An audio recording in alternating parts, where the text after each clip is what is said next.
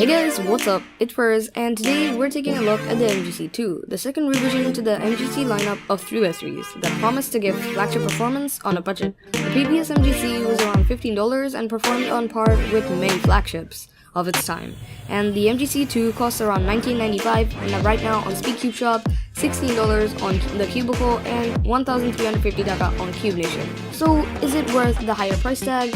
Let's find out. But first, thanks to Cubenation for sponsoring this video. If you need any form of cube related products in Bangladesh, Cubenation has your back. They have the fastest shipping and the best service, so be sure to check them out if you are in Bangladesh. The MGC II was originally released on the 30th of October of 2018. It's a 56mm puzzle and is comfortable to hold in the hands. The weight is 78.6 grams and it comes in two variants, black and stickerless. They both come in full bright shades. Onto the design. The cube's internals are made out of primary plastic, which YZCuber told me degrades over time and makes the cube sluggish, and if that's the case, then I'll make an update video on it and possibly give some tips on how to fix that. The internal design is very simple with no fancy schemes going on, rather than two shallow grooves across the end of the edge. The edges are rounded out, the corners are squared off, and the caps are also round. This provides for better corner cutting and, well, this is a very typical design for many flagships. The corner and edge bases are pretty different from the original MGC. There's also a new implementation that I haven't seen many YouTubers cover for some reason. YG included some different compression springs like the GES.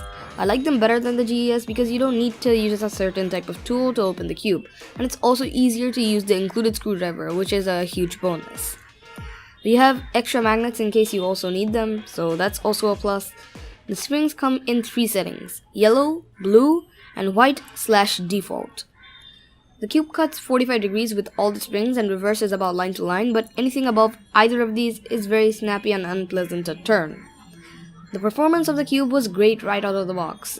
It was on the fast uncontrollable side though, so I tightened it and was super happy with the performance. I was easily getting great times with a few sub-13 solves thanks to minimum lockups, even though there were some locking issues that persisted. Sometimes solves are super fluid and sometimes they lock up like crazy. The cube had a soft crunchy feel and a tactile bump which was linear with each turn. Flexibility wasn't much of an issue and pops and corner twists weren't either. The magnet strength was moderate and it felt like a GTS III-M with weaker magnets. This was all using the white or default springs. The spring swapping process was very simple and I prefer it over the GES but not over the tension adjustment system. Once I'd set it up with the yellow springs, the cube became way more flexy and I really didn't like it. I tightened the tensions and that way I got a much more satisfactory result and the lockups were still there but not as frequent as on the whites. While the cube did perform awful sometimes, it had an amazing fluid turning and felt a tad bit faster when it was performing optimally. The blue springs provided a much slower, controllable cube, while TPS spams were possible. The sluggishness was too much for me at times, and there were almost no lockups to speak of, but the feel and the speed just wasn't there for me, and I got pretty bad solves, sometimes due to turning harshly on my tensions. My favorite spring of all was the yellow with tighter tensions. I put in some Moyolu V1 in the cube and broke it in after a few hundred solves, so don't worry about taking long to break it in. In conclusion, the MGC II is definitely an amazing cube that, even though it's not for everyone, anyone that likes soft crunchy cubes with linear yet tactile bumps will very much like the MGC II. The cube is extremely well made, and if it weren't for the few lockups, I'd say it's the best cube of this year. I've seen reviews where the fluidity is comparable to the 356X, but the lockups ruin the otherwise amazing turning and performance. Overall, this is a great cube for your arsenal, but at $20, I'd rather recommend the GTS II-M because it doesn't have nearly as many lockups.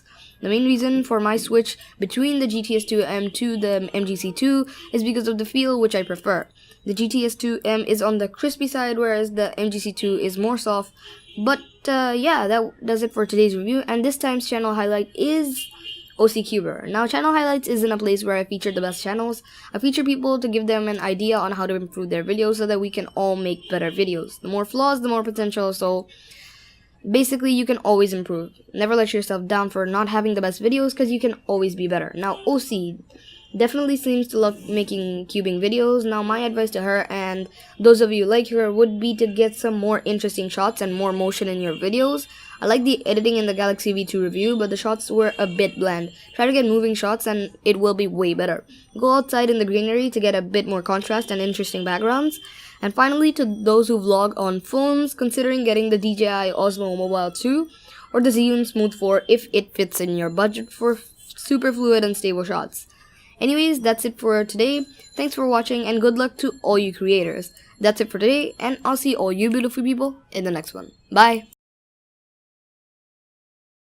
Instantly my main for Megaminx. It turns really nicely, and the feeling is really buttery and smooth straight out of the box. In fact, I didn't even have to lube it or tension it or do anything to it to make it fantastic straight away.